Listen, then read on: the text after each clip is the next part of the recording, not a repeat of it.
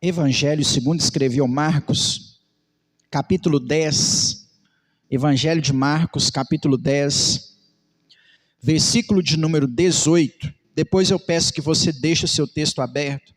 Nós vamos falar sobre esse texto, do 17 ao 31, que conta a história de um jovem rico.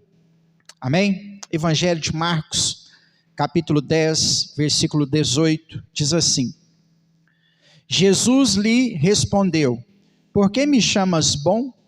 Ninguém é bom, senão um só, que é Deus. Jesus lhe respondeu: por que me chamas bom? Ninguém é bom, senão um só, que é Deus. Senhor, esta é a tua palavra. Ela foi lida e será ministrada aos nossos corações nessa noite de quinta-feira. E a minha oração é para que através do teu Espírito Santo, o Senhor fale conosco aqui neste lugar. Que esta palavra alcance o nosso coração, como uma semente alcance uma boa terra. E que em tudo, Senhor, nós possamos ver a tua mão agindo e operando sobre as nossas vidas também através da tua palavra.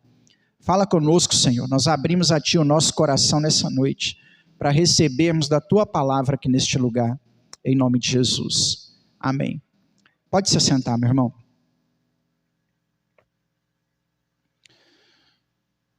Eu não separei isso para falar, mas me veio à mente aqui agora, então não sei se eu vou conseguir citar a informação correta.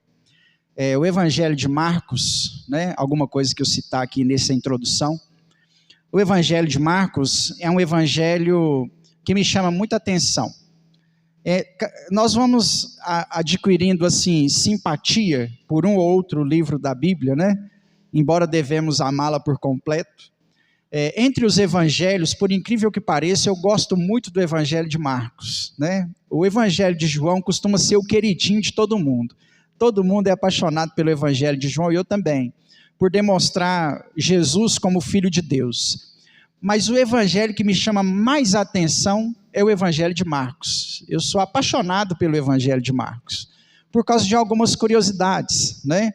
A forma como Jesus é apresentado no Evangelho de Marcos. O texto, que eu não vou lembrar o texto aqui de cabeça, mas tem um texto em Apocalipse que fala sobre os 4 seres viventes. E os 4 seres viventes mencionados em Apocalipse são os 4 evangelhos, né? Os 4 seres viventes são um com o rosto de um homem, essa é a informação que talvez eu confunda. Um tem rosto de homem, um tem rosto de leão, um tem rosto de um boi e o outro tem tem a forma de uma águia. É águia mesmo, né? Os bons de Bíblia me ajudam, Lívia, obrigado. Os 4 seres viventes de Apocalipse está fazendo uma menção aos 4 evangelhos, né? O ser vivente que aparenta um leão é Mateus, porque Mateus vai apresentar Jesus como o leão da tribo de Judá. O ser vivente que tem a aparência de um homem é o Evangelho de Lucas, porque Lucas demonstra um Jesus inteligente. As respostas de Jesus aos questionamentos em Lucas é mais técnica. O Evangelho de Lucas é escrito por um historiador, médico, doutor. Então, as palavras estão mais bem colocadas e Lucas apresenta muito um Jesus homem, o Jesus homem que venceu a cruz como homem, né? O ser vivente que tem a aparência de águia é o Evangelho de João, porque demonstra Jesus soberano como Filho de Deus, né? E a águia para o judeu é o animal que voa mais alto, é o animal que se destaca. E o Evangelho de Marcos é representado pelos 4 seres viventes pela imagem de um touro ou de um boi, que é uma referência de servidão. E o Evangelho de Marcos, são as curiosidades que me chamam a atenção. O Evangelho de Marcos, ele apresenta Jesus como servo. Em momento nenhum ele coloca Jesus como Senhor, apenas como servo. É o único evangelho que Jesus é chamado de Senhor uma única vez. Naquele texto da mulher cananeia, e Jesus, no diálogo com ela, fala assim: não convém tirar o pão dos filhos e deitá-lo aos cachorrinhos. Aí ela fala assim: Senhor, até os cães comem das migalhas do seu Senhor. é o único texto no Evangelho de Marcos que Jesus é chamado de Senhor. Então é um evangelho que aponta para a servidão. Se existe uma coisa assim, que me chama muita atenção na minha caminhada cristã, é a oportunidade de servir.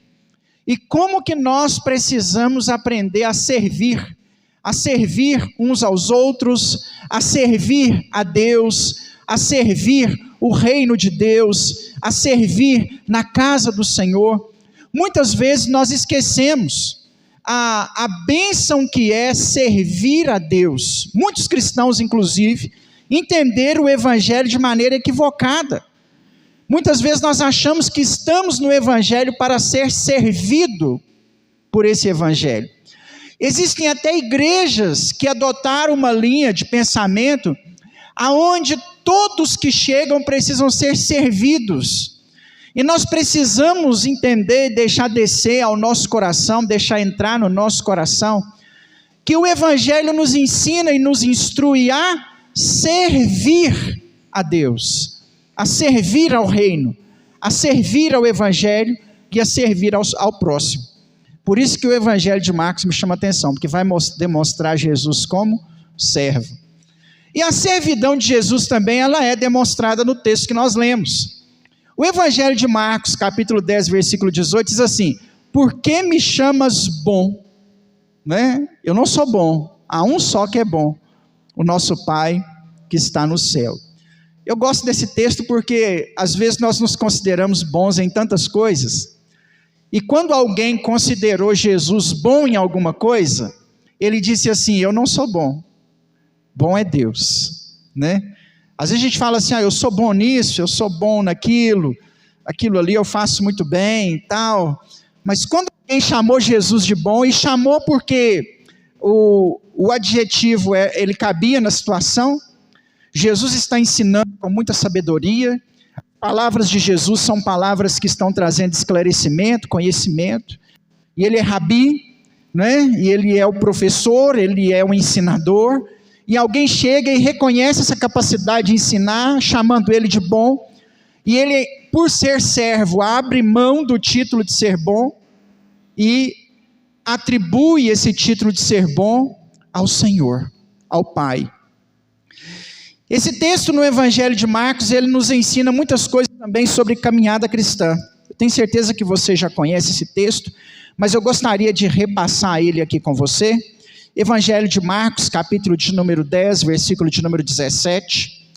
Pondo-se a caminho, correu um homem ao seu encontro, ajoelhando-se, lhe perguntou: bom mestre, o que farei para herdar a vida eterna? Talvez aquele dia era mais um dia normal, era mais um dia comum, e Jesus a caminho de algum lugar. De repente um jovem apressou em direção a Jesus, e eu quero chamar a sua atenção para o nível de entendimento e de quebrantamento que esse jovem chega diante de Jesus, porque ele não chega diante de Jesus de qualquer maneira, e às vezes nós desprezamos esse jovem, muitas vezes nós negligenciamos esse jovem, muitas vezes nós colocamos esse jovem abaixo de zero, condenamos o jovem rico. Dependendo da situação que a gente lê o texto, a gente diz até que ele foi para o inferno, perdeu a salvação, nunca mais encontrou com Jesus. Mas esse jovem possui alguns pontos históricos importantes. E eu queria perceber junto com você, nesse versículo de número 17, o nível de quebrantamento desse jovem. Esse jovem tem muitas atitudes que me chamam a atenção. Primeiro, Jesus já tinha passado e ele corre atrás de Jesus. Ele vai atrás do Senhor, ele se dispõe. Assim como muitos nas histórias dos evangelhos se propuseram a ir até Jesus, esse jovem, ele é também uma pessoa que se propôs a procurar Jesus. A partir do momento que ele se propõe a procurar Jesus, significa que ele identificou em Jesus algo que o completaria, que traria respostas a ele, que traria soluções para os seus problemas e para as suas indagações. Ele reconhece que Jesus tem poder para ajudar. Na nossa caminhada cristã, e eu gosto de pegar os evangelhos, as histórias de Jesus aqui na quinta-feira, para a gente poder aprender isso, alcançar a nossa vitória, receber nossa bênção, a ser abençoado pelo Senhor? Que passos precisamos dar para que o Senhor ouça o nosso clamor e atenda a nossa oração?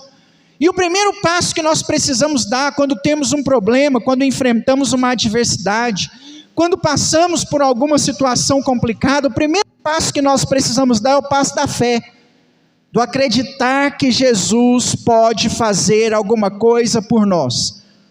Talvez você passe aí por um grande problema e você acredita que Jesus pode trazer solução para a sua vida, para a sua caminhada, para o seu problema. É necessário dar esse passo do crer. É necessário dar esse passo do acreditar. E esse jovem acreditou, ele foi. Em segundo lugar, quando esse jovem chega ao encontro de Jesus, ele se ajoelha. Se o texto fez menção de que ele se ajoelhou, é porque essa atitude foi uma atitude que chamou a atenção. Quantas outras pessoas nos evangelhos nós temos que se apresentaram diante do Senhor de joelho? A princípio eu não lembro de mais ninguém, não quero dizer que não tenha, eu não estou recordando de ninguém que tenha procurado Jesus e chegado diante de Jesus e se ajoelhado. Mas Marcos fez questão de mencionar que este jovem, ao se deparar com o Senhor, se ajoelhou. Quando esse jovem se ajoelha diante do Senhor, o que ele está reconhecendo?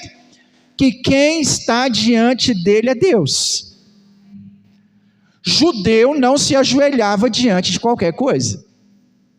Judeu não se ajoelhava diante de nenhuma idolatria. Judeu se ajoelhava diante de Deus.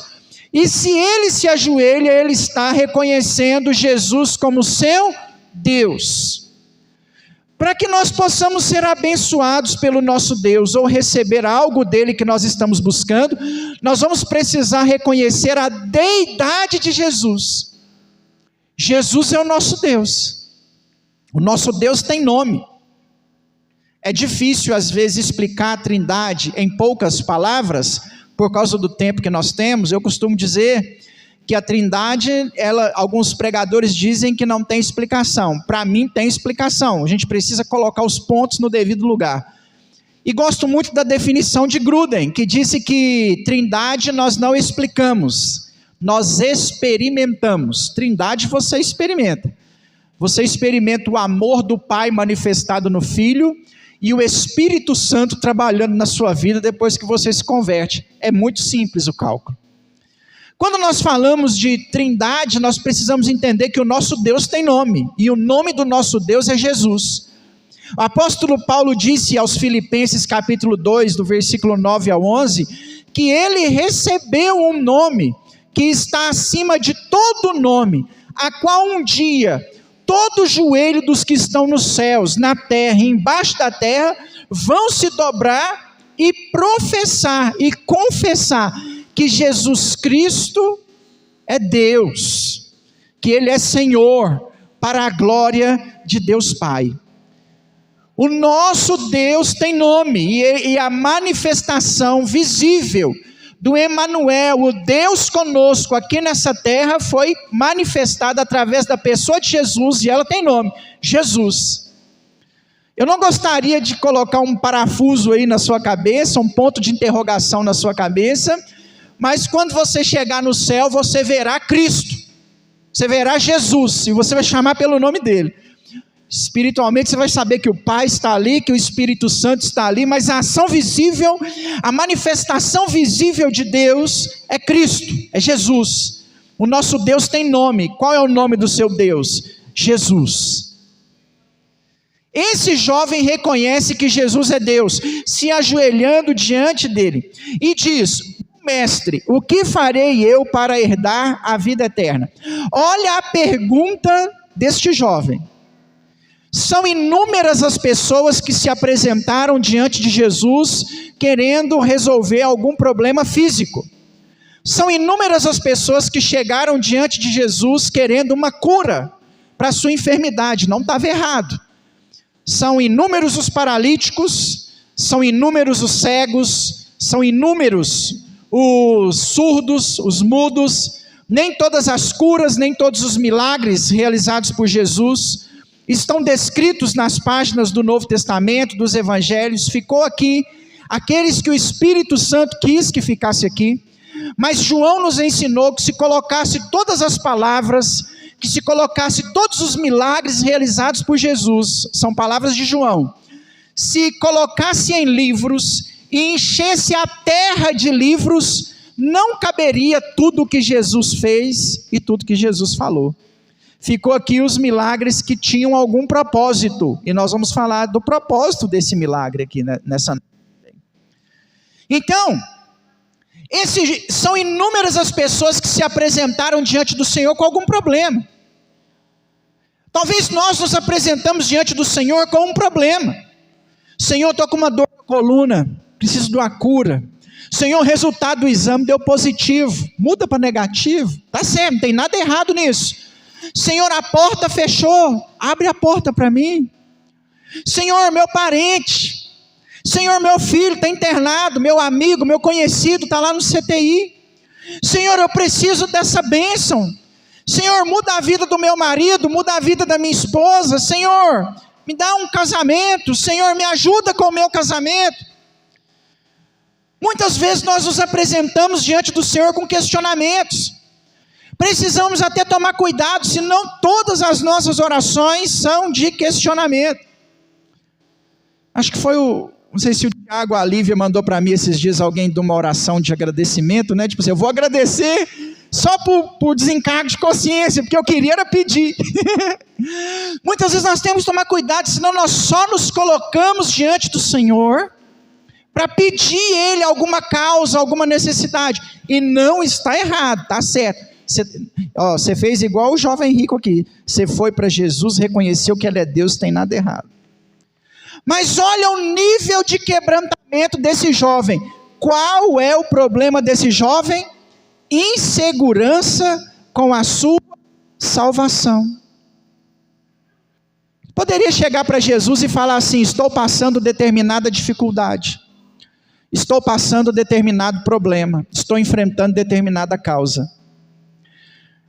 Se eu não me engano, existe outra pessoa nos evangelhos que chegou para Jesus com essa mesma pergunta. É Nicodemos, Evangelho de João capítulo 3. Jesus encontra com Nicodemos por volta da meia-noite e o diálogo começa. O que eu preciso fazer para ser salvo? E Jesus responde: você tem que nascer de novo. A pergunta do jovem rico me arremete aos mesmos questionamentos de Nicodemos. Esse jovem está preocupado com a sua salvação. Eu quero perguntar para mim e para você aqui nessa noite, quinta-feira: qual foi a última vez que você se preocupou com a sua salvação? Que você orou a Deus, se preocupando com consertar o seu pecado, com consertar a sua vida, com melhorar a sua condição diante de Deus, pensando no céu, na eternidade.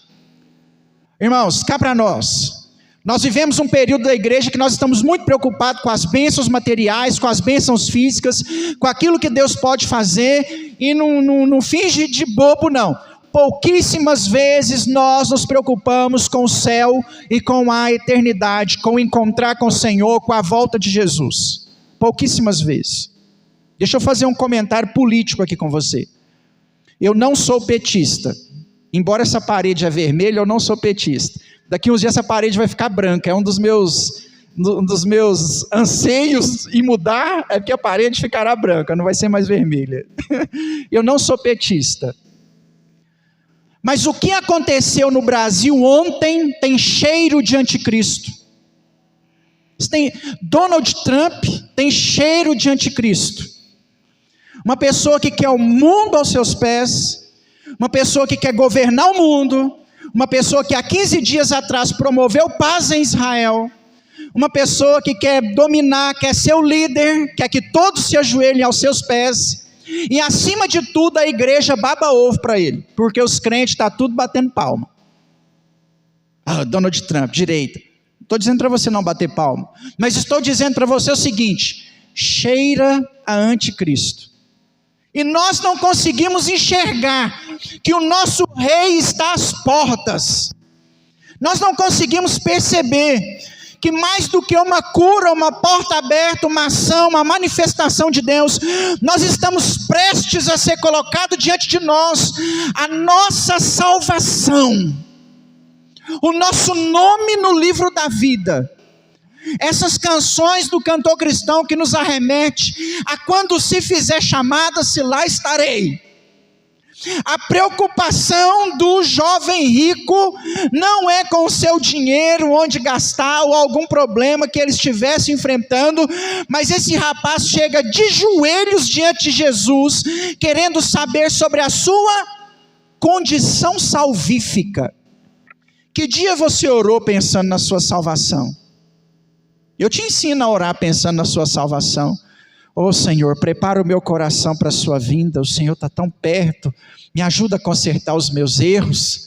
Ô Senhor, Maranata, vem Jesus, vem buscar a tua igreja, porque está ficando uma situação tão difícil. Ô Senhor, salva aquele parente meu que ainda não se converteu, o Senhor está tão às portas, e o evangelho do Senhor ainda não alcançou aquela vida. Ó Senhor, me usa na tua obra para proclamar o teu reino e o Senhor voltar mais rápido. Que dia você orou pela sua salvação? Efésios 6,10, quando Paulo cita a armadura cristã da fé, ele menciona a salvação como capacete, porque salvação é um negócio que nós devemos ter na cabeça, não pode sair de cena. É capacete da salvação. Você tem que pensar nisso, você tem que se preocupar com isso, tem que estar na sua cabeça. E eu ainda diria para você, salvação é algo que o crente deve caminhar com certeza, não por soberba ou por prepotência, não para pensar que ele pode pecar. Já que eu sou salvo eu vou pecar, mas não é isso não. O cristão precisa caminhar com a certeza da salvação. Eu me lembro quando me converti e passei a pensar em salvação e certeza da salvação. Quando eu quis aprender violão, algumas coisas ministerialmente eu fiz pensando no ministério. Como por exemplo, eu sempre fui uma pessoa muito tímida, recalcada, né? Introvertida. Principalmente antes de Cristo. Hoje nem tanto, mas no passado sim. Quando eu falei que ia fazer seminário, o pessoal que me ganhou para Cristo riu na minha cara, falou que eu não tinha performance nenhuma para isso, né? Ainda bem que Deus não olhou a performance, olhou o coração. E eu me lembro que assim, no meu bairro tinha um grupo familiar, e o grupo familiar tinha umas 20 pessoas, a igreja lá era uma igreja em grupo familiar, o grupo familiar tinha umas 20 pessoas, e o irmão que era líder do grupo familiar, resolveu entregar, e o grupo familiar ia fechar. E eu mesmo sendo introvertido, eu só participava do grupo familiar, eu pensei assim, não pode acabar. E aí eu cheguei para o meu pastor e falei, pastor, vamos fechar o grupo não, se não tiver ninguém, para o grupo não fechar, coloca eu, pastor, mas você não dá. E eu, não pastor, para não fechar, não é preciso que a gente vai ver um grupo com 20 pessoas acabar, né? Era um dos maiores grupos familiares que a igreja tinha. E aí ninguém queria pegar a liderança, os irmãos queriam ver o grupo familiar acabar, eu peguei o grupo familiar, não tinha ninguém, sobrou, pastor, vai ter que ser você, pois eu na direção do grupo familiar, eu comecei a pregar então. A primeira pregação que eu preguei no grupo familiar, eu estou falando sério para você, irmãos, eu preguei aquele texto Tiago 4,7, né, de se humilhar diante do Senhor, e irmãos, eu falei muita coisa dentro daquele texto, eu explanei aquele texto, eu fiz uma exegese do hebraico, do grego naquele texto, eu fiz um sermão de 3 folhas, e preguei por 3 minutos, em 3 minutos eu fiz toda a exegese, foi a primeira vez que eu preguei, na hora que eu acabei de pregar 3 minutos, eu quase morri de vergonha, eu me senti um insignificante, um inútil, pensei assim, não devia ter abraçado esse grupo familiar, e aí fui chorar para o meu pastor, ele aqui, faz o seguinte, pede alguém para pregar, o irmão prega, não prega, convida ele para pregar, e foi aí que eu comecei a começar por outra pessoa para pregar, porque quando eu ia pregar era 2, 3 minutos só. E aí o irmão que tocava violão no grupo familiar, só tinha um irmão que tocava, não sei se a Márcia conheceu, Ronaldo tocava violão no grupo familiar, e o Ronaldo tomava um remedinho controlado, E de vez em quando o Ronaldo esquecia o remédio controlado, e ele dava problema, ele era esquizofrênico, ainda mais naquela época. Hoje existem remédios mais avançados, naquela época não tinha, e o Ronaldo dava um trabalho e aí prejudicava. Aí o Ronaldo mesmo me chamou, falou assim, por que você não aprende a tocar violão? Porque eles são, o dia que eu passar mal, você faz, eu te ensino umas 5 músicas, o dia que eu não tiver, eu pastor, eu não vou não, eu estou ruim, o remédio falhou, você toca. Aí o Ronaldo me deu 2 aulas de violão, para que eu aprendesse a tocar 5 músicas. Eu não vou te falar quais são, mas eu toco elas aqui na igreja até hoje. Para que o dia que o Ronaldo não fosse, eu tocava as 5 músicas, né? Eu toco tanto essas 5 músicas que lá em Bom Despacho até hoje os meninos me zoam. O culto lá era terça-feira, foi o melhor da terça-feira, que eu tocava na terça-feira as 5 músicas, né? Então, assim, muita coisa ministerialmente eu fiz por causa da necessidade do ministério de poder fazer para ter que servir a Deus de alguma forma, né? Assim, a necessidade fez o sapo pular. Né? A necessidade fez o sapo pular. Lembrei agora por que eu contei essa história toda. Aí o Ronaldo, uma das 5 músicas que o Ronaldo me ensinou, essa música, quando eu ouvi ela a primeira vez, ela mexeu muito comigo. Eu nem sei de quem que é a música. Talvez é da época da Márcia, eu e a Márcia viemos de uma mesma igreja, não sei se a Márcia ouviu essa música lá, talvez a Márcia depois me fala quem canta a música. Quando o Ronaldo me ensinou essa música sobre salvação, mexeu comigo por causa da última frase. A música chama Certeza da Salvação. Eu já cantei, eu canto ela pouco aqui. Essa é uma das 5 que eu quase não canto. Se você quer saber o que me faz tão feliz assim, eu vou te dizer o que um dia disseram para mim. A música fala do amor de Deus. E o refrão é assim, ó. Hoje tenho alegria e paz, tristeza não sinto jamais, Cristo curou minhas feridas, eu vivo de bem com a vida, e é por isso que eu sou tão feliz, a Deus minha alma bendiz, tenho no coração a certeza da salvação. A primeira vez que o Ronaldo cantou essa música eu chorei, e eu falei, essa aí eu quero aprender. Naquele dia eu entendi que salvação é um negócio que eu tenho que ter certeza.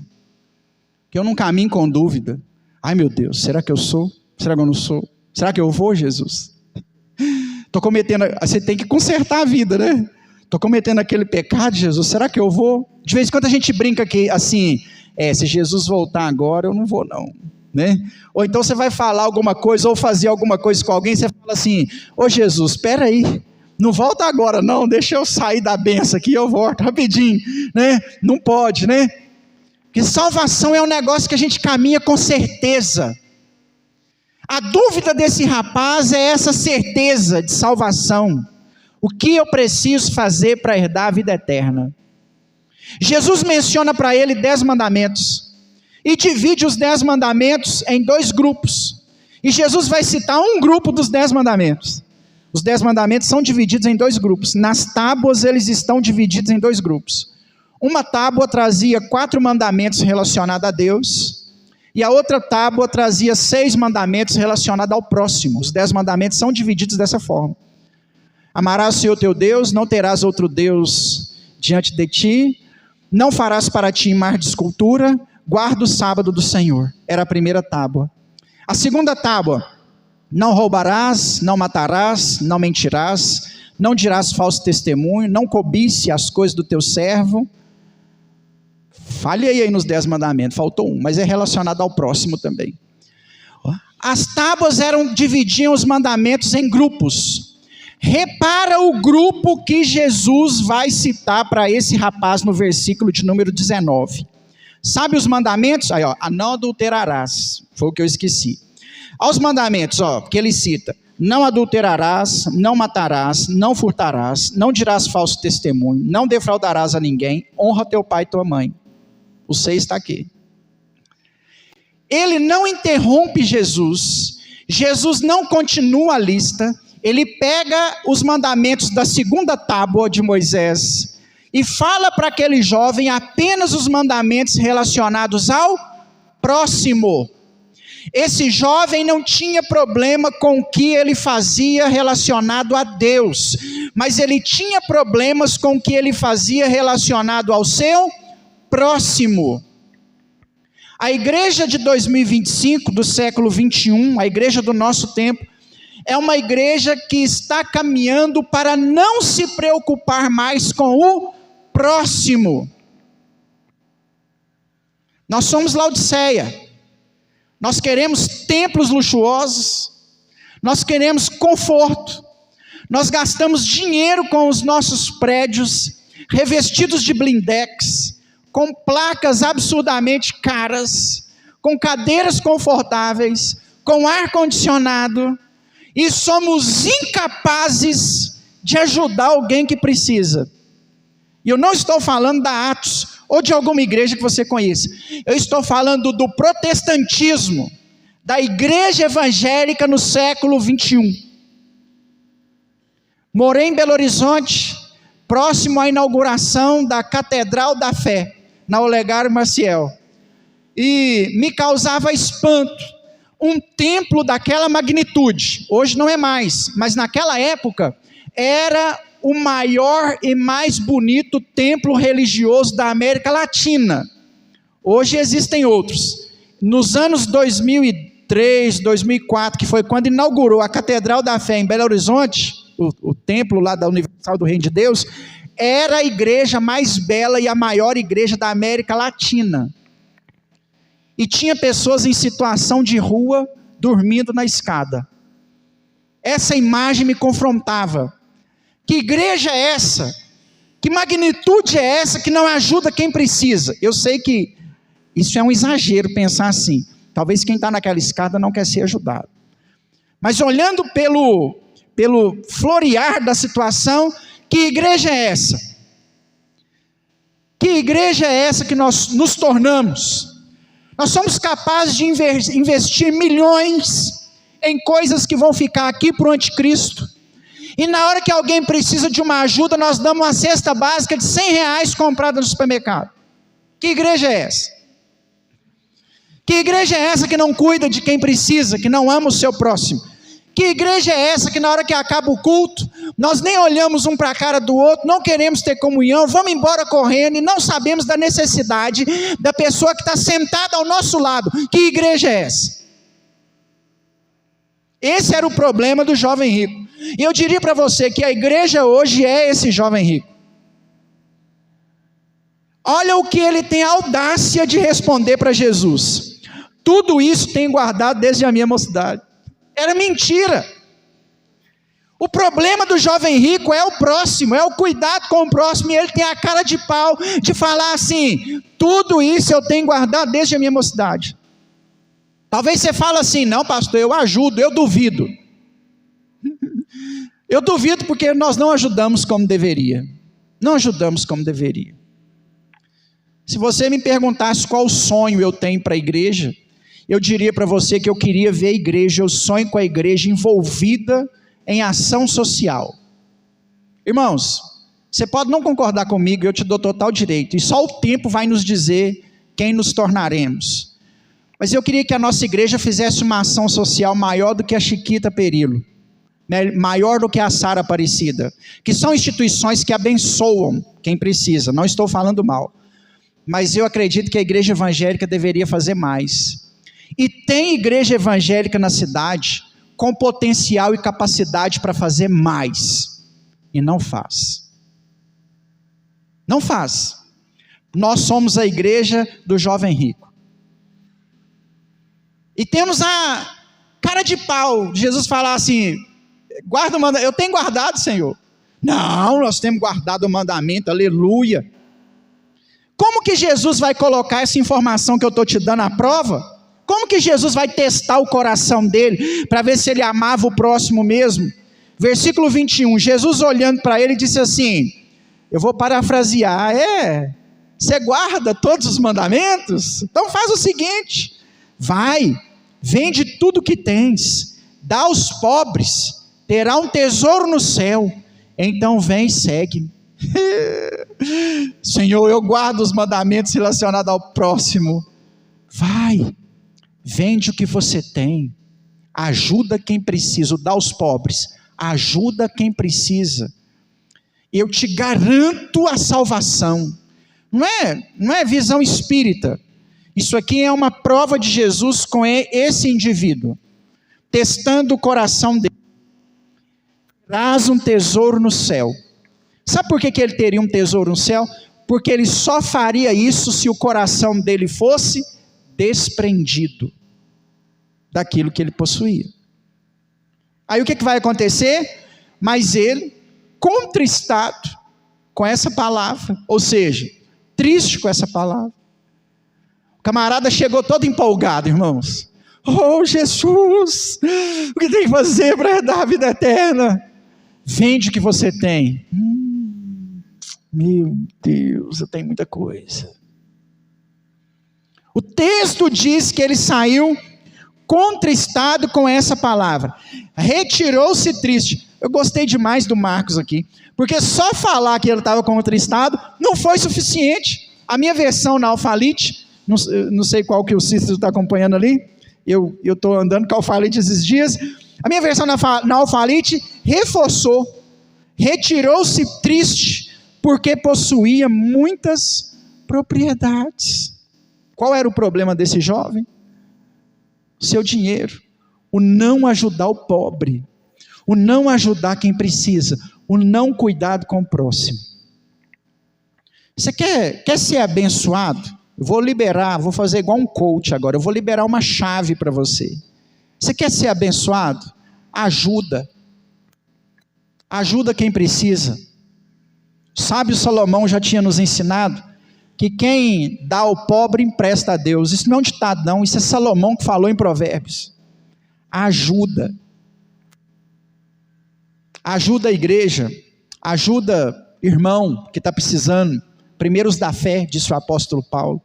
Ajuda, você pode ajudar, talvez você não tenha condições de ajudar, você está isento, mas você tem condição de ajudar, ajuda, coopera, é uma chave para ser abençoado. Deus abençoa coração generoso, não é isso que Paulo ensinou, que o Senhor ama aquele que contribui alegremente. Quando o nosso coração é generoso, Deus prospera, Deus abre porta. Então seja generoso, tenha o coração generoso. Mas cada tempo que passa parece que nós parecemos mais que um jovem rico, nós queremos guardar só para a gente. Não tenha o dinheiro como seu senhor, seja o senhor dele, né? O problema do dinheiro é quando nós nos tornamos escravos dele. Faz o dinheiro ser o seu servo, não o seu senhor. Versículo 23. Então Jesus, olhando ao redor, disse: quão dificilmente entrarão no reino dos céus que têm riqueza. Os discípulos se admiraram dessas palavras, mas Jesus, tornando a falar, disse-lhes: filho, quão difícil para os que confiam nas riquezas é entrar no reino de Deus. É mais fácil passar um camelo pelo fundo da agulha do que um rico entrar no reino de Deus. E eles admiraram ainda mais, dizendo entre si: então quem poderá salvar-se? Presta atenção, irmãos, o texto em momento nenhum diz que rico não vai para o céu. O texto que eu acabei de ler, o bloco de texto que eu li, diz o seguinte: que quem tem o coração apegado à riqueza, dificilmente entra no reino dos céus. Aí Jesus usa uma parafrase aí, uma parábola. Ele vai citar o fundo da agulha. Eu ainda quero ir em Israel para ver, né? Mas diz que entre os muros de Israel há uma entrada, uma fenda que ficou na destruição da Babilônia, e ela dava acesso ao campo onde os viajantes, chegavam em uma determinada estrada. Essa fenda no muro, eles não fecharam essa fenda, e essa fenda tinha o formato de uma agulha, do local aonde se passava a linha na agulha. O formato era, não o tamanho. E aí eles deram o nome para essa entrada no muro de Jerusalém de fundo da agulha. E quando Jesus cita essa informação, ele está olhando essa entrada. Historiadores dizem que era o seguinte: quando o viajante chegava com o camelo carregado de mercadoria, e para ele não dar a volta no muro da cidade, ele passava pelo fundo da agulha, que era a entrada. Só que para entrar, ele tinha que descarregar a bagagem do camelo, puxar o camelo, e muitas vezes, dependendo do animal, ele tinha que se ajoelhar, e arrastava o animal de joelhos para dentro da cidade, amarrava o animal do lado de dentro, e depois voltava e buscava as suas bagagens, que ele tinha carregado no camelo, no dromedário, né? E quando Jesus usa essa comparação, ele está dizendo sobre a primeira fase do que a história diz para a gente. Ó, o rico entra no reino dos céus, mas ele tem que se ajoelhar, e a bagagem vai ficar do lado de fora, ele não vai entrar com a bagagem. Aí os discípulos falam assim, então ninguém vai se salvar. Jesus, porém, respondeu, olhando para eles, disse, para os homens é impossível, mas para Deus não, porque para Deus todas as coisas são possíveis. Por quê? Esse texto aqui, nós nunca aplicamos ele da forma como deveríamos aplicar. Sabe o que Jesus está falando nesse texto aqui? Que o nosso Deus transforma corações. Ele faz o apegar da riqueza não se apegar mais à riqueza. Ele faz o coração de pedra em coração de carne. Ele muda situações que parecem impossíveis e transforma para situações que são possíveis. Pedro, no versículo 28, começou a dizer, nós deixamos tudo e te seguimos. O texto começou dizendo assim, bom mestre, eu não sou bom. O Pedro agora vira e fala assim, eu sou bom. Eu larguei tudo e te segui. Aí Jesus agora vai corrigir o Pedro. Respondeu-lhe Jesus, em verdade te digo que ninguém que tenha deixado casa, irmãos, irmãs, pai, mãe, ou esposa, ou filhos, ou campos por amor de mim, do evangelho, que não receba 100 vezes tanto, já no presente, em casa, irmãos, irmãs, mãe, filho, campos, com perseguições, e no mundo vindouro, a vida eterna. E muitos primeiros serão os últimos, e muitos últimos serão os primeiros. Verdade prática do evangelho. Não existe evangelho sem abnegação, sem deixar alguma coisa. Evangelho, irmãos, é largar. Nós não trazemos um pacote para o evangelho, não. Evangelho se abre mão. O evangelho não é para melhorar a sua vida. O evangelho é para tirar da sua vida aquilo que não agrada a Deus. E isso vai doer em você. Não existe esse negócio de eu vim para o evangelho e eu continuo fazendo as mesmas coisas. Não existe isso, não. O evangelho vem para arrancar do seu coração aquilo que está preso à sua carne. Não é assim que Paulo diz? O que prostituía, não prostitui mais. O que adultera, não adultera mais. O que roubava, não rouba mais. O que matava, não mata mais. O que mentia, não mente mais. Deixa. Quando Pedro fala nós deixamos tudo, é porque o Pedro deixou. O Pedro deixou barquinho, rede, pesca. Você já parou para pensar? O que adiantou aquela pesca maravilhosa? Encher 3 barcos de peixe. E largou os peixes lá. Nem o dinheiro do peixe ele pegou. E ele está cobrando isso de Jesus agora. Nós deixamos tudo. Ele está falando com Jesus assim, eu deixei o barco, a sociedade com Zebedeu, o peixe, a rede, a pesca maravilhosa, e estou aqui. Evangelho tem que deixar. Deixa. Eu preguei aqui semana passada. Bartimeu deixou a sua capa. Deixa o seu barco. Deixa a sua capa. Deixa o seu pecado. Deixa aquilo que prende a sua carne. Você não pode continuar fazendo, não. Você tem que consertar. Você veio para o evangelho. Sua vida agora não é sua mais. Ela pertence ao Senhor. E esse evangelho é transformador. Jesus quer mudar a sua vida. Não é para você ser uma pessoa melhor e mais rica. Não é para você só ser uma pessoa mais bonita, não. Jesus quer mudar a sua vida. Você tem que deixar as coisas aqui dessa terra para você ir para o céu. Para você alcançar a vida eterna. Seu nome no livro da vida. Olha a promessa de Jesus para Pedro. Tem que deixar. Alguns dizem que isso aqui é uma indireta. Porque o Pedro era casado. E talvez ele ainda não tinha deixado a esposa, não sei se tinha filhos, o texto não menciona, mas pode ser que tenha. Talvez ele ainda não tinha deixado esposa, irmãs, pais, mães. De todos aqueles discípulos que estavam ali, o único que é mencionado da família é Pedro, que tinha sogra. Os demais não é mencionado nada, a não ser os irmãos que caminham juntos, né? E tem uma família entre os discípulos de Jesus, né? Porque você tem Tiago e João, que são irmãos, André é primo, Pedro é primo. Numa família você tem 4 ou 5 que é da mesma família, entre os 12. Então talvez quem era apegado à família era Pedro, por isso que Jesus deu essa palavra. Aquilo seria uma indireta. Evangelho é a abnegação, e às vezes é uma abnegação dolorida. Jesus cita uma palavrinha aqui que dói, né? Qual é a parte da mãe que mais dói? Responde aí, mãe. Qual é a parte de uma mãe que mais dói?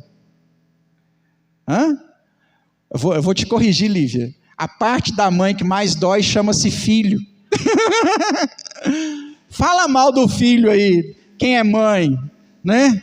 Mulher, por causa de filho, faz coisa louca.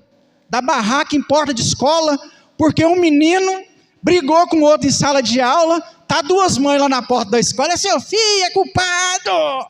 Vai na diretora, reclama, briga, chama a supervisora. Meu filho é um santo. Vai aí no ensino fundamental ver as mães. O menino não aprende a ler, a culpa é da professora. A professora não ensina direito. Quero trocar meu filho de sala de aula. Vai na porta do presídio. Camarada matou, roubou, acabou com a família do outro. A mãe está lá, com um bolinho para levar para ele. Tem hora que faz até coisa errada. Põe cigarro dentro do bolo, põe gilete dentro do bolo e leva para o filho. A parte que mais mexe é filho, né? E entre o que Jesus pediu para largar por amor a ele, está escrito: filho. Não em situações de cotidiano, né? Em situações de fé. Talvez você está aqui, seu filho está te discriminando, está falando para você assim: que é isso, mãe? Está nessa igreja lá, esse povo é doido. Você não vai no que seu filho está falando. Você vai abrir mão do que seu filho está falando para servir a Deus. É nessa situação, é só nessa situação. Mas existe uma situação que Deus tem que ser maior do que os nossos filhos para nós. Qual que seria a sua resposta se Deus fizesse para você a mesma pergunta que ele fez para Abraão? Abraão, você está me adorando? Tô. Me dá seu filho, leva lá no monte, sacrifica para mim. Abraão não titubia. Sim, Senhor. Amanhã, na hora do holocausto, ele vai estar lá. Pega o menino, a lenha, 2 servos, sobe ao monte e leva o menino para ser sacrificado. E prepara, amola o cutelo, coloca o menino na pedra, talvez amarrou o menino e lá vai matar, decapitar o menino em cima daquela pedra. Em obediência ao Senhor, até que Deus, peraí, o cordeiro está ali, eu queria só ver. Evangelho é a abnegação. Eu citei o ponto mais extremo para mim citado aqui, que é a questão do filho. Mas evangelho é a abnegação. Tem que largar. Você veio para o evangelho? Larga a bebida. Larga, tem que largar. Larga o cigarro. Larga a pornografia. Você veio para o evangelho? É largar, é abrir mão. Deixa, larga. É para largar, é para largar a tatuagem. É para largar. Você veio para o evangelho? Tem coisas que você vai ter que abrir mão. Quer saber se é pecado? Aqui, pai, mãe, esposa, filho, marido, não é pecado não. E Jesus mandou largar? Imagina as coisas que são duvidosas. Larga. Ah, pastor, mas eu nunca vou poder fazer uma tatuagem. Será que o céu não vale a pena? Será que não é melhor se preservar? Ah, pastor, está difícil manter íntegra aqui a virgindade, esperar o casamento. O céu não vale a pena, meu irmão? O céu não vale a pena a uma noite de prazer, a uma garrafa de bebida? O céu não vale a pena? Essa é a igreja do século 21, que não pensa mais no valor que o céu tem para ela. Ou saudade das músicas, né? Só isso será o céu para mim, só isso será o céu para mim, quando Cristo nas nuvens no céu há de vir, só isso será o céu para mim. A pergunta desse homem é salvação, céu, Jerusalém, arrebatamento da igreja. Eu quero estar com o Senhor. Abre mão, evangelho é abrir mão, abre mão. E vale a pena abrir mão, porque Jesus disse que você vai receber. E eu sou contra pastor que fala que você vai receber só no mundo vindouro, porque o texto que eu li na Alfalite aqui diz o seguinte, ó, que não receba 100 vezes o tanto, já no presente. Não vai ser só dificuldade nessa terra não, meu irmão. Deus vai te recompensar, ó, muito mais, porque você está abrindo mão para Ele aqui. Vai recompensar no presente. Em tudo que perdeu, em tudo que você abre mão, em casa, irmãos, irmãs, mães, filhos, campos. Tem um detalhe aí, né? Com perseguição. Mas o evangelho tem que ter perseguição, irmãos. Jesus disse em Mateus 5, bem-aventurados sois vós quando fordes perseguidos por minha causa. Ser perseguido faz parte. Acostuma com esse negócio. Tem alguém no seu serviço que quer te derrubar. Tem alguém no seu serviço que não quer o seu bem. Talvez você não quer ser inimigo de ninguém, mas por causa do evangelho, pessoas se tornarão seus inimigos, infelizmente. Perseguição. Aí o doce da questão, que vale mais para mim do que nessa terra, né? Acredito para você também. E no mundo vindouro há vida eterna. No mundo vindouro há vida eterna. Abre mão. Abnega. Lança a mão. Deus tem vida eterna para você. É muito mais do que essa terra pode te dar. É muito mais. Vale muito mais. Porque a gente está correndo atrás de... Temos que, claro, enfrentar as nossas adversidades. Mas às vezes nós corremos muito atrás de coisas aqui dessa terra. Esquecemos o céu. Historicamente, eu já citei aqui na introdução, que todos os milagres descritos nos evangelhos têm um porquê. Quem escreveu esse evangelho é Marcos. O João Marcos. Que depois se tornou... um missionário da igreja, viajou com Paulo e Barnabé na primeira viagem missionária. Alguns dizem não, né? Aconteceu de fato que João Marcos parece que teve dificuldades com as perseguições e retornou para Jerusalém, sentou com Pedro e foi escrever o evangelho de Marcos para que a igreja tivesse um material. Os historiadores, né, os teólogos entendem que esse jovem rico é o João Marcos, que nesse momento aqui sentiu um peso no coração em vender tudo que tinha. Mas historiadores dizem que depois, quando ele viu Jesus sendo crucificado e ressuscitando, ele vendeu o que ele tinha, foi servir o Senhor, e é por isso que essa história está aqui. Há quem diga que aqui em Marcos ele está contando a sua própria história. Isso não está na Bíblia, isso é uma informação histórica, que explica o porquê. Teologicamente, todos os milagres têm uma explicação de por que eles ficaram nas páginas do Novo Testamento. E essa seria a explicação de João Marcos, uma referência a ele. Irmãos, essa história talvez ela tenha muito para nós aí, muitas informações para nós. Mas eu quero finalizar ela aqui dizendo que evangelho é a abnegação. Nós temos que abrir mão de muitas coisas para servir o Senhor. Talvez está difícil a sua caminhada, é difícil abrir mão, mas o Senhor está pedindo, porque Ele tem algo maior para você, Ele tem o céu, em nome de Jesus. Você pode aplaudir ao Senhor? Amém?